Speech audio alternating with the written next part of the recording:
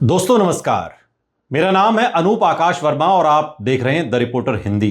पश्चिम बंगाल विधानसभा चुनाव 2026 में कुछ टॉप वीआईपी सीटें हैं जो पूरे चुनाव का रुख तय कर सकती हैं और इन सीटों पर बड़े चेहरे, सीधी टक्कर, जातीय सामाजिक समीकरण और क्षेत्रीय मुद्दे सब मिलाकर चुनाव को बेहद दिलचस्प बना रहे हैं। और ये टॉप 20 सीटें हैं भवानीपुर, नंदीग्राम, कोलकाता पोर्ट, दमदम उत्तर, टॉलीगंज, बेहाला पूर्व पश्चिम, हावड़ा मध्य, कृष्णानगर दक्षिण उत्तर, चांचल, बहरामपुर, मालतीपुर, इस्लामपुर, कूच बिहार, अलीपुरद्वार, दार्जिलिंग, कुरेसोंग, कलिम्पोंग, पुरुलिया, बांकुड़ा और आसनसोल।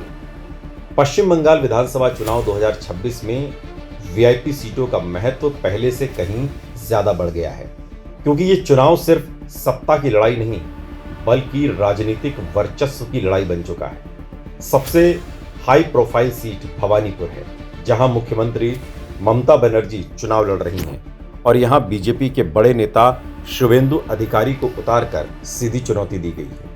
ये सीट पूरी तरह शहरी, मध्यम वर्ग और अल्पसंख्यक वोट के मिश्रण वाली है।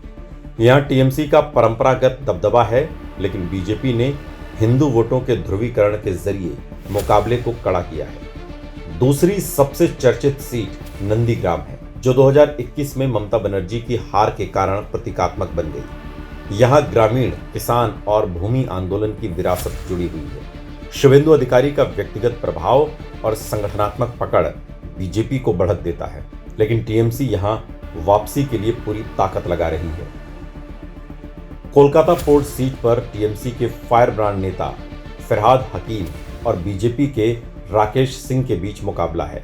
ये सीट मुस्लिम बहुल और शहरी गरीब वर्ग की सीट है, जहां टीएमसी की योजनाओं का असर दिखता है, इसलिए यहां टीएमसी थोड़ी बढ़त में मानी जा रही है। दमदम उत्तर और टॉलीगंज जैसी सीटों पर टीएमसी के स्थापित नेता जैसे चंद्रिमा भट्टाचार्य और अरूप विश्वास चुनाव लड़ रहे हैं। इन सीटों पर शहरी, बंगाली मध्यम वर्ग और सरकारी योजनाओं का बड़ा असर है, जिससे टीएमसी को फायदा मिलता है। हावड़ा मध्य और बेहाला क्षेत्र औद्योगिक और शहरी मजदूर वर्ग वाले इलाके हैं।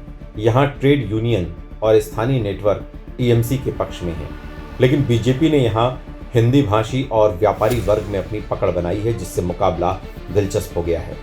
कृष्णानगर और नादिया बेल्ट में मुकाबला बहुकोणीय है। यहाँ टीएमसी, बीजेपी और कांग्रेस तीनों सक्रिय हैं।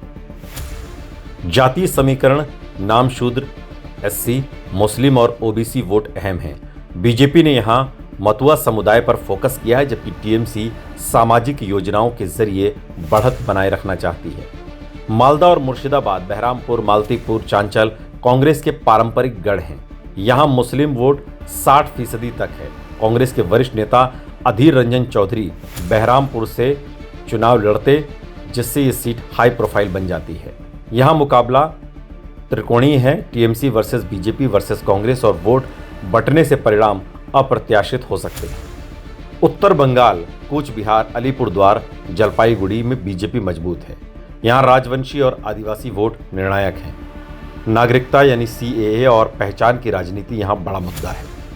टीएमसी ने यहां संगठन मजबूत किया, लेकिन बीजेपी अभी भी कई सीटों पर बढ़त बनाए हुए है। दार्जिलिंग, कुरेसोंग, कलिम्पोंग हिल एरिया में गोरखा राजनीति निर्णायक है। यहां स्थानीय दल बीजीपीएम और बीजेपी के बीच कड़ा मुकाबला रहता है, जबकि टीएमसी गठबंधन के जरिए अपनी मौजूदगी बनाए रखती है। जंगल महल, पुरुलिया, बांकुड़ा, पश्चिम मेदिनीपुर में आदिवासी वोट सबसे अहम है। 2019 में बीजेपी मजबूत हुई थी, लेकिन 2021 में टीएमसी ने वापसी की और अब 2026 में यहां सीधी टक्कर है। सरकारी योजनाओं और स्थानीय असंतोष के बीच मुकाबला तय होगा। आसनसोल और औद्योगिक बेल्ट में हिंदी भाषी और मजदूर वर्ग का मिश्रण है। बीजेपी यहां शहरी और औद्योगिक वोट पर निर्भर है, जबकि टीएमसी कल्याणकारी योजनाओं के जरिए बढ़त लेने की कोशिश कर रही है। जातीय और सामाजिक समीकरण देखें तो मुस्लिम वोट 27% मुर्शिदाबाद, मालदा, कोलकाता बेल्ट में है। एससी मतुआ वोट नादिया और उत्तर 24 परगना में है। आदिवासी वोट जंगल महल उत्तर बंगाल में। शहरी मध्यम वर्ग का वोट कोलकाता और हावड़ा इलाके में, हिंदी भाषी व्यापारी वर्ग आसनसोल और उत्तर बंगाल में है। अब कौन कहां हावी रहेगा? तो टीएमसी दक्षिण बंगाल शहरी सीटें अल्पसंख्यक क्षेत्र में और बीजेपी उत्तर बंगाल मथुरा और आदिवासी बेल्ट में उसका असर है, जबकि मालदा और मुर्शिदाबाद में कांग्रेस का असर दिखाई देता है। इस बार ये चुनाव क्यों महत्वपूर्ण है? 2021 के बाद बीजेपी वर्सेस टीएमसी की ये सीधी लड़ाई है। कांग्रेस अकेले लड़ रही है, मुकाबला त्रिकोणीय भी है। वोटर लिस्ट एसआईआर विवाद और ध्रुवीकरण एक बड़ा मुद्दा है और ममता बनर्जी वर्सेस बीजेपी में ये प्रतिष्ठा का चुनाव है। राष्ट्रीय राजनीति का भी असर इसमें दिखाई देता है। पश्चिम बंगाल की ये 20 वीआईपी सीटें पूरे चुनाव का ट्रेंड सेट कर रही हैं।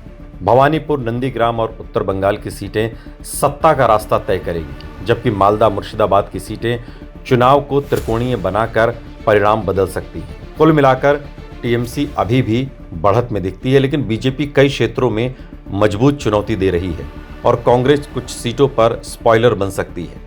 यही वजह है कि 2026 का बंगाल चुनाव पिछले चुनाव से भी ज्यादा दिलचस्प, जटिल और निर्णायक माना जा रहा है।